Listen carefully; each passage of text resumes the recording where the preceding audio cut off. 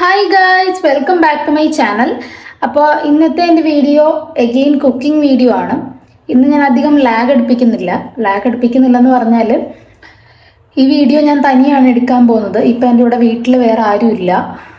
Plus വീട്ടിലോട്ട് പോയിരിക്കുകയാണ്. അച്ചേട്ടൻ work കഴിഞ്ഞ് വന്നിട്ടില്ല. അപ്പോൾ ഞാൻ തനിയെ വീഡിയോ എനിക്ക് പറ്റുന്ന പോലെയൊക്കെ ഞാൻ എങ്ങനെയാണ് എൻ്റെ വീഡിയോ ഞാൻ ഇന്ന് കുക്ക് ചെയ്യാൻ പോകുന്ന സാധനം സോയാബീനാണ്. അപ്പോൾ ഞാനത് എങ്ങനെയാണ് എൻ്റെ ഒരു രീതിയിൽ വെക്കുന്നത് എങ്ങനെയാണെന്നുള്ള വീഡിയോ എടുക്കാമെന്ന് വിചാരിച്ചു. കുറച്ച് ദിവസമായില്ല ഞാൻ വീഡിയോ ഒക്കെ ഇട്ടിട്ട്. അപ്പോൾ ഞാനിത് എന്തായാലും ഉണ്ടാക്കാൻ പോകണം, അതൊരു വീഡിയോ ഒക്കെ എടുക്കാമെന്ന് വെച്ചാൽ. അപ്പോൾ ഒരു ചെറിയ വീഡിയോ ആയിരിക്കും, ഞാൻ പെട്ടെന്ന് കാണിച്ചു പോകാം ഞാൻ എങ്ങനെയാണ് വെക്കുന്നതെന്ന്. അപ്പോൾ ഞാനെല്ലാം റെഡിയാക്കി വെച്ചിട്ടുണ്ട്, കാണിക്കാം. അപ്പോൾ അതേ സവാള ഞാൻ അരിഞ്ഞു വെച്ചിട്ടുണ്ട് ഓൾറെഡി.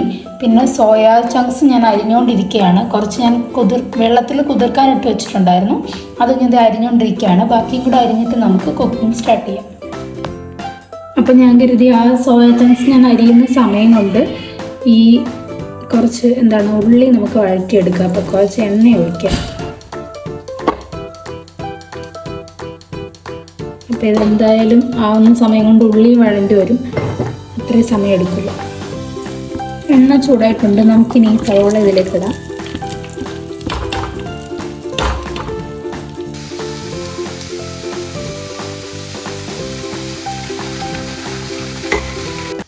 അപ്പോൾ സവാള ചെറുതായിട്ട് ഇങ്ങനെ വഴണ്ട് വരുന്നുണ്ട്. ഇനി ഞാൻ ഇതിലേക്ക് വെളുത്തുള്ളി ഇഞ്ചി പേസ്റ്റും കൂടി ഇട്ട് കൊടുക്കും. ഞാൻ വെളുത്തുള്ളി ഇഞ്ചിയും ഒന്നിച്ച് തന്നെ ഇട്ട് പേസ്റ്റ് ആക്കിയിടണം.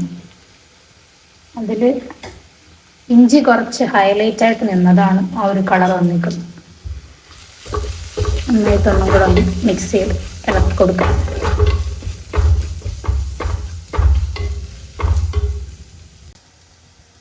കുറച്ച് കറിവേപ്പിലയും കൂടെ ഇട്ട് കൊടുക്കുകയാണ്. അപ്പോൾ നമ്മൾ വെളുത്തുള്ളി ഇഞ്ചി ഇട്ട് കുറച്ച് കറിവേപ്പിലയും കൂടെ ഇട്ട് കുറച്ചുകൂടെ ഒന്ന് നന്നായിട്ട് ഒരു ബ്രൗൺ കളർ ആവട്ടെ. സവാള എനിക്ക് നന്നായിട്ട് വേവണം, കുറച്ചുകൂടെ ആവട്ടെ. അപ്പോൾ ഞാൻ അതേ പൊടികളെല്ലാം എടുത്ത് വെച്ചിട്ടുണ്ട്. കാരണം ഞാൻ തന്നെ ഇടുവാണ്ട് ഞാനത് ഇടുന്നത് കാണിക്കാൻ കുറച്ച് ബുദ്ധിമുട്ടാണ്. അതുകൊണ്ടാണ് ഞാൻ എടുത്ത് വെച്ചിട്ട് കാണിക്കുന്നത് വെച്ചാൽ മുളക് പൊടി, പിന്നെ നമ്മുടെ വീട്ടിൽ നമ്മൾ വാങ്ങിച്ച് പൊടിക്കുന്ന ഗരം മസാല, പെപ്പർ പൗഡറൊക്കെ കാലിയായിട്ടിരിക്കുക, പിന്നെ മഞ്ഞൾപ്പൊടി. ഇത്രയാണ് ഇപ്പോൾ അതിലേക്ക് ഇടാൻ പോകുന്നത്. ഉള്ളി നന്നായിട്ട് വഴണ്ട് വന്നിട്ടുണ്ട്, അത്യാവശ്യം നല്ല ബ്രൗൺ കളർ ഒട്ടിപ്പിടിച്ച് തുടങ്ങി. അപ്പോൾ നമുക്കിതിലേക്ക് ഇനി ഇത് പൊടികളെല്ലാം ആഡ് ചെയ്ത് കൊടുക്കാം. അപ്പോൾ പൊടികളെല്ലാം ഇട്ടിട്ടുണ്ട്. ഞാൻ കുറച്ച് മല്ലിപ്പൊടിയും കൂടി ഇട്ടു. ഇനി ഇത് നന്നായിട്ടൊന്ന് മിക്സ് ചെയ്ത് കൊടുക്കാം.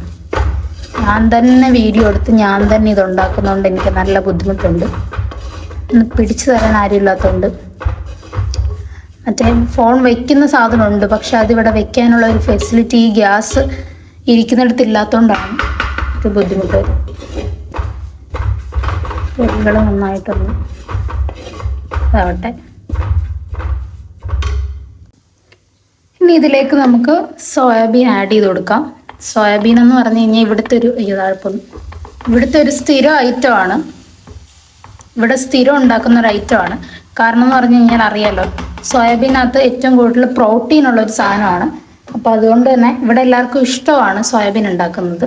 അപ്പോൾ നമ്മൾ ചോറിന് ഇതാക്കും. അതാകുമ്പോൾ ഒരു നോൺ വെജ് കഴിക്കുന്ന ഒരു ഫീലും വരും. എന്നാൽ നോൺ വെജ് ഐറ്റംസ് ഒന്നും ഇല്ല, പക്ഷേ ഒരു ചിക്കനും ബീഫും ഒക്കെ കഴിക്കുന്ന ഒരു ടേസ്റ്റും കിട്ടും. കാരണം നമ്മൾ ആ ഒരു സെയിം ഒരു മെത്തേഡിൽ ചെയ്യുന്നുണ്ട്. അപ്പോൾ ഇത് നന്നായിട്ടൊന്ന് മിക്സ് ചെയ്ത് കൊടുക്കാം. ഇപ്പോൾ ഇത് നന്നായിട്ട് മിക്സായി വന്നിട്ടുണ്ട്. ഇതിലേക്ക് നമുക്ക് ചൂട് വെള്ളം ഒഴിച്ചു കൊടുക്കാം. ഉള്ളി കുറച്ച് കുറവാണ്, സോയാബീനാണ് കൂടുതൽ. അത് ഞാൻ എന്ത് വെച്ചാലും ഞാൻ അങ്ങനെ തന്നെ വയ്ക്കുന്നത്. കാരണം ഞാനിപ്പോൾ പ്രോൺസ് ആണെങ്കിലും ചിക്കൻ ആണെങ്കിലും എന്ത് റോസ്റ്റ് വെച്ചാലും ഞാൻ ഉള്ളി കുറയ്ക്കും. എനിക്ക് ഉള്ളി ഒരുപാട് കടിക്കുന്ന ഇഷ്ടമല്ല. എനിക്ക് എന്താണോ ആ സ്പെഷ്യൽ ആളതിനകത്തിൽ അയാൾ കൂടുതൽ വേണം.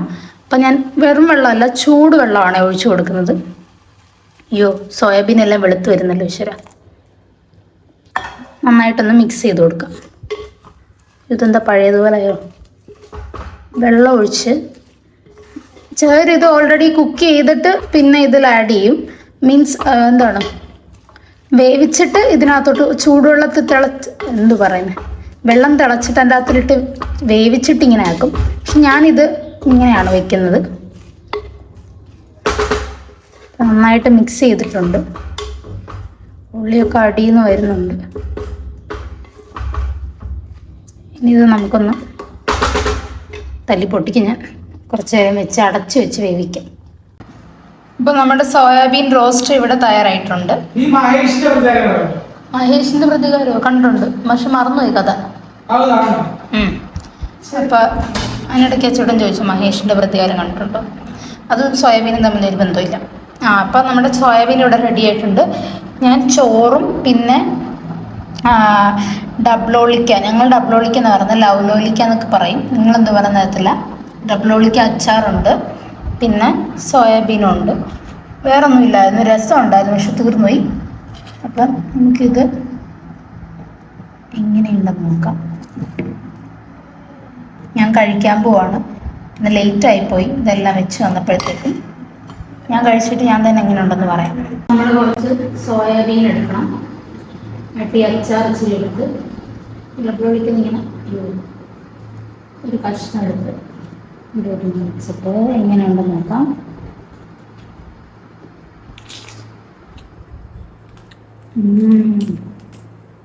ഞാൻ തന്നെ വെച്ചിട്ട് ഞാൻ തന്നെ പറയാം, പക്ഷെ കൊള്ളാം. എരിവ് കുറച്ച് കുറവുണ്ട്. ഞാൻ അധികം പെപ്പർ പൗഡർ ആഡ് ചെയ്യാനുണ്ട്, എരിവ് കുറച്ച് കുറവുണ്ട്. പക്ഷെ കൊള്ളാം. എപ്പോഴും ഞാൻ വെക്കുന്ന പോലെ തന്നെ, ഞാൻ ഇങ്ങനെയാണ് വെക്കുന്നത്. എപ്പോഴും ഞാൻ വെക്കുന്നത് സെയിം ടേസ്റ്റ് ആണ്.